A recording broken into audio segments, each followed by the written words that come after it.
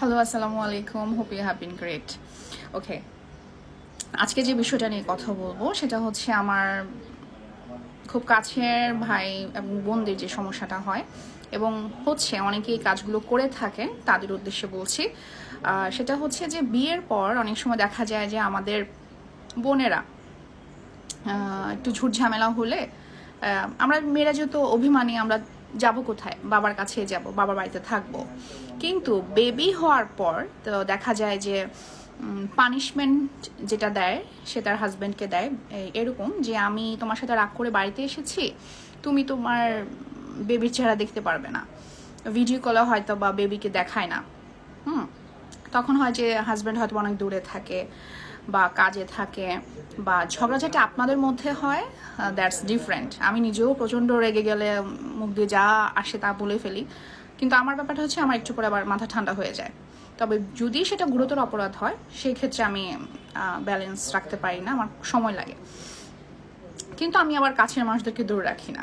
তো আমার বোনদেরকে আমি বলবো, আপনারা যারা হচ্ছে এই কাজগুলো করে থাকেন, গার্ডিয়ানশিপ অ্যাক্ট যদি একটু পড়াশোনা করেন তাহলে দেখবেন যে নির্দিষ্ট সময় পর্যন্ত একটা বেবি তার অবশ্যই বাবার হেফাজতে থাকবে, মায়ের হেফাজতে থাকবে। এবং আপনি যদি ভাবেন যে না আমি আমার বেবিকে নিয়ে চলে যাব, যাবেনটা কোথায় সেটা বলেন। যদি আপনার ভালো না লাগে আপনি হয়তো বা ডিভোর্স দিয়ে চলে যেতে পারবেন, কিন্তু বাচ্চাকে একটা নির্দিষ্ট সময় পর্যন্ত আপনারও টেক কেয়ার করতে হবে, আপনার হাজব্যান্ডও কিন্তু তাকে টেক কেয়ার করবে। কারণ আমাদের কারণে আমাদের বাবা মা যদি ঝগড়া করে, আলটিমেটলি কিন্তু আমরা নিজেরা ফ্রাস্ট্রেশনে চলে যাই যে বাবার পক্ষে যাব নাকি মায়ের পক্ষে যাব। দিন শেষে কিন্তু বাবাকেও প্রয়োজন হয়, মাকেও প্রয়োজন হয়। ঠিক তেমনি করে আপনারা যারা এই সিদ্ধান্ত নেন যে না আমার বেবি হওয়ার পরে আমি ডিভোর্সে যাব, আমি জানি না যে আপনারা ভালো থাকেন কি না, কিন্তু যেই বোনেরা এই কাজগুলো করে থাকেন যে আমার বেবিকে আমি দেখতে দিব না ভিডিও কলে, আপনি কিন্তু আলটিমেটলি ফেসে যাবেন। তো এই ধরনের কাজগুলো করবেন না। আরেকটা ব্যাপার হচ্ছে যে আমার আরও একজন বোন, উনি আমার ধর্মের না, অন্য ধর্মের। তো ওনার কেসের ক্ষেত্রে আমি দেখলাম যে ঠিক এমনই, যে একটু বিপরীত, যে শ্বশুর শাশুড়ির সাথে যে সমস্যাগুলো হয় বা হয়তোবা শ্বশুর একটু বিশৃঙ্খল অবস্থায় চলাফেরা করে, বাসায় হোক যেটাই হোক। এখন বাচ্চা যেহেতু ছোট, বাচ্চা সেটা নিতে পারে না। বাচ্চা এসে জিজ্ঞাসা করে যে বাবা, মাকে জিজ্ঞাসা করে বসে যে দাদা কি খাচ্ছে, উল্টাপাল্টা খাবার বাসায় খাচ্ছে, যেটা ড্রিঙ্কস। তো আমার কথা হলো আপনাদের কাছেও রিকোয়েস্ট, আপনারা যারা সিনিয়র আছেন আপনারা প্লিজ এগুলো অ্যাভয়েড করবেন, বাচ্চাদের সামনে সব করবেন না। তো সেই যখন এটা নিয়ে বাধা দিল তখন হচ্ছে তার হাজব্যান্ড উল্টা তাকে বলছে যে আমার বেবি কি করে জানলো যে আমার বাবা কি খাচ্ছে। তো বেবি বাসায় থাকে, সে ছোট মানুষ, সে বড় হবে, সে ঘুরে ঘুরে বড় হবে। আপনারা যাই করেন না কেন বাচ্চাদের সামনে এসব করবেন না, কারণ ছোট মানুষ যারা, ছোট বেবিরা, ওরা যা দেখে তাই শেখে। এবং আপনাদের মধ্যে যত ধরনের ঝুট ঝামেলা হোক, বাচ্চাদের উপর যেন সেটা প্রভাব না ফেলে, এটা আমি রিকোয়েস্ট করব। এবং আপনার যদি এত ডিভোর্স নেওয়ার ইচ্ছা থাকে তাহলে আমি বলবো যে সবাইকে বেবি হওয়ার আগেই ডিভোর্সটা নেন। এবং ডিভোর্স হওয়ার পরে সবচেয়ে বেশি সাফার করে কে বলেন? আপনার বেবি সাফার করবে। এবং এক সময় যেটা হয় যে বড় হওয়ার পরও তার মধ্যে এই প্রভাব থেকে যায়, তখন অনেকে ডেসপারেট হয়ে যায়, ঠিক থাকে না। এবং অনেককে আমি দেখেছি আমার বাবার সাথে মায়ের মিল নেই, আমার লাইফ তো নষ্ট হবে। সো আমি চাই না, আমরা জানি আমরা যুগের সাথে অনেক এগিয়ে গিয়েছি, কিন্তু পরিবার ছাড়া অ্যাটলিস্ট আপনি থাকতে পারবেন না, আমিও থাকতে পারি না বেশি দিন আমার বাবা ছাড়া, মা ছাড়া। যতই বলি না কেন যেটা আব্বুর দোষ, ওটা আম্মুর দোষ, কিন্তু দিন শেষে আমি চাই আমার বাবা মা যেন একসাথে থাকে এবং ওনারা হাসলে আমার ভালো লাগে। বয়স বাড়ার সাথে সাথে আমরা মানিয়ে নিতে শিখে যাই। তো আপনার বেবি এখন যা দেখবে ঠিক তাই কিন্তু শিখবে।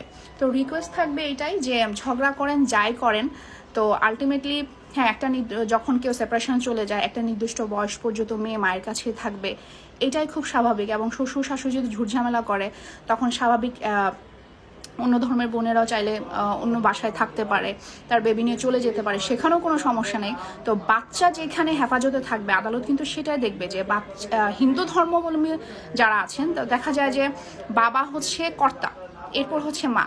এবং অনেক সময় কিন্তু দেখা যায় যে অনেকে দায়িত্ব নিতে জানে কিন্তু সে আইনগতভাবে তার সে অধিকার নেই, তারপরে কিন্তু সে সেই বাচ্চার বা টেক কেয়ার করতে পারছে।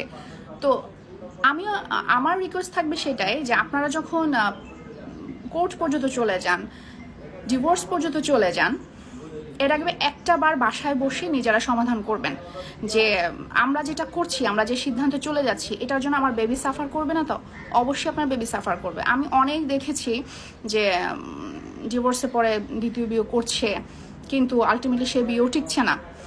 আর আসলে জীবনে বড় হওয়ার সাথে সাথে মানিয়ে জানতে হয়, মানিয়ে চলতে হয়। তো আমি এটা নিয়ে কখনোই কথা বলতে চাইনি। অনেক ক্লায়েন্টদের এই অবস্থা দেখে আজকে আমি কথা বললাম। আর সেই সাথে কালকে আমি খুব রেগে গিয়েছিলাম যে আসলে আমি অসুস্থ ছিলাম, অনেক দিন ধরে আমি কাজে ছিলাম না, জবে ছিলাম না। তো আমি মাঝে মাঝে খেপে গেলে বলে যে গরিবের বাচ্চা, এই বাচ্চা, সে বাচ্চা। আমি গরিবের বাচ্চা বলতে এটা বোঝায় যারা মন থেকে খুব সংকীর্ণ মনের মানুষ, টাকা পয়সা কম থাকুক সমস্যা নেই, কিন্তু আমরা যেন মন থেকে একটু উদার হই। আজকে যে দুজন ক্লায়েন্টের কথা আমি আপনাদের সাথে শেয়ার করলাম, একজন মুসলমান ধর্মের, একজন হিন্দু ধর্মের, কিন্তু দেখেন আপনারা যেহেতু বিয়ের মতো এত বড় সিদ্ধান্ত নিয়েছেন, বিয়ে আমাদের করতেই হবে। আসলে আমরা চাইলেও হয়তো বা সেটা অ্যাভয়েড করতে পারবো না। মুসলমান ধর্মের হয়ে, হিন্দু ধর্মের হয়ে একটা সময় আমরা ফিল করি যে আমাদের পার্টনার প্রয়োজন। আমরা অনেকে বলি যে, আমি মাঝে মাঝে বলি যে না, আমি সেটেল হব না। কিন্তু আমাদের বাবা মা যদি পৃথিবীতে আমাদেরকে না আনতো, এই সুন্দর পৃথিবী আমাদের দেখা হতো না। তো লাইফ হয়তো বা আপনি তাকে ছাড়বেন, আরেকজনের কাছে যাবেন, এরকম করতে করতে যেটা হয় যে একটা সময়ের পর আমাদের মনে হয় যে না, আমি বিয়েতে বিশ্বাসী না, আমি ভালোবাসায় বিশ্বাসী না। মিথ্যা কথা। কারণ আপনি যদি কাউকে ভালোবাসতে না জানেন, তাহলে আপনার যোগ্যতা নেই। আপনি দেখবেন যে যত্ন পায় না, সে কিন্তু ভীষণ যত্ন করে। আমাদের মা সারাদিন কাজ করে, তাকে কে যত্ন করে? তাকে যত্ন করার মতো খুব একটা মানুষ আমরা দেখি না। কাজের মহিলা বলেন, আব্বু বলেন, আব্বু ব্যস্ত থাকে, ভাইয়েরাও ছোটাছুটি করে, আমিও কাজের মধ্যে থাকি, মায়েদের কোনো আবদার থাকে না, কিন্তু তারপরেও সে খেয়াল রাখবে আপনি খেলেন কিনা, ঘুমালেন কিনা, টাইম টু টাইম ফোন দেওয়া, যেটা আমি আমার মায়ের কাছ থেকে সকালে ঘুম থেকে উঠলে পেয়ে যাই। তো রিকোয়েস্ট থাকবে যে বোনদের কাছে এবং আমার ভাইদের কাছেও যে একটু মানিয়ে চলার চেষ্টা করেন। আজকে এখানে বিয়ে, কালকে ওখানে বিয়ে, আলটিমেটলি আপনার বেবি হয়ে যাওয়ার পরে তখন আসলে লাইফটা এলোমেলো হয়ে যায়। বেবির লাইফে এলোমেলো হয়ে যায়, আপনাদের লাইফে এলোমেলো হয়ে যায়। আমি জানি না যে হয়তো বা কারোর কাছে কথাগুলো ভালো নাও লাগতে পারে। এরপরে যদি আপনাদের মধ্যে মিল না থাকে, তারপরে যদি চলে যান, মানে ডিভোর্সের মধ্যে যদি চলে যান, তবে বেবিকে সেটা বুঝতে দিন না। একটা সময়ের পর গিয়ে সে হয়তো বা সেটা রিয়েলাইজ করবে যে হ্যাঁ, বাবা মা একসাথে নেই। কিন্তু এর আগ পর্যন্ত আমরা তো সবাই নিজ নিজ জায়গা থেকে খুব ভালো অভিনয় করি। তার সামনে অ্যাটলিস্ট ভালো ব্যবহার করেন, তাকে সুস্থভাবে বেড়ে উঠতে সাহায্য করেন। না হয় দেখা যাবে যে এই ধরনের কর্মকাণ্ডের ফলে আপনাদের মধ্যে ঝুট ঝামেলা, পারিবারিক আদালতে যাবেন, কেউ নির্যাতনের কেস দিবেন, কেউ এই করবেন, সেই করবেন, জিডি করবেন, হাজব্যান্ড ওয়াইফ চলে যাবেন, দুজন দুদিকে, বেবি মাঝখান থেকে সাফার করে। তখন কিন্তু এটা নিতে পারবেন না। কারণ আমার বাবা মা রাগ করলে কিন্তু আমি নিতে পারি না যে ওকে আম্মু ঠিক আছে, ঠিক করে ফেলো। তো আপনার বেবি কখনো চাইবে না যে আপনারা আলাদা হন, আলাদা থাকেন। এবং আমি দেখেছি আমার অনেক ফ্রেন্ডরাই এলোমেলো হয়ে গিয়েছে, কারণ বাবা মা ঠিক ছিল না। তো আশা করব যে সবাই মানিয়ে যেন আমরা চলতে পারি। তবে যেটা অন্যায় সেটা অবশ্যই কথা বলতে হবে, তবে বেবিদেরকে এসব সাফার করাবেন না। এবং আমি কালকে যাদের উদ্দেশ্যে বলেছিলাম যে আমি কেন হেলদি হয়েছিল নিয়ে কথা বলছে কেন, হ্যাঁ, একটা কথা আছে, tone and word carry weight. আপনাকে জানতে হবে কীভাবে কথা বলতে হবে। একটা মানুষের সাথে কথা বলেন, জানেন, বুঝেন, তার সম্পর্কে তার খোঁজ খবর নেন। আপনি বলতে পারেন যত্নশীল হন নিজের প্রতি, দ্যাটস ইনাফ। তো ভালো থাকবেন, সুন্দর থাকবেন। এবং আমার এই ধরনের যারা আছেন, ভাই এবং বোনরা আছেন, বিয়ের পরে বাচ্চাদের সামনে যে ঝুট ঝামেলাগুলো করছেন, বা শ্বশুর বাড়ির মানুষদেরকেও বলবো যে আপনারা একটু সহনশীল হন। কারণ আপনার সাথে আপনার বউয়ের অনেক একটা এজ ডিফারেন্ট থাকবে, স্বাভাবিক। আপনাকে সে শ্রদ্ধা করে কিনা সেটা দেখেন। তাদের বেবি তাদের মতো করে বড় করো, কারণ আপনি চাইলেও তাদেরকে পরিবর্তন করতে পারবেন না। এবং ভুল ত্রুটি সেটা বুঝিয়ে বলেন। আপনি যদি ধমক দিয়ে বাজেভাবে ব্যবহার করেন, তাহলে এটার প্রভাব বাচ্চাদের উপর পড়বেই। তো ধন্যবাদ, ভালো থাকবেন। এবং আমার ভুল ত্রুটি থাকলেও ক্ষমাস্বরূপ দৃষ্টিতে দেখবেন। আমি আসলে কথা বলতে চাইনি এই বিষয়টা নিয়ে, তারপর বলতে হলো যেন আমার যে ভাই বোনরা বাকিরা আছেন বা তাদের আশেপাশে যারা এই ভুলগুলো করছেন একটু শুধরে দিবেন। ধন্যবাদ।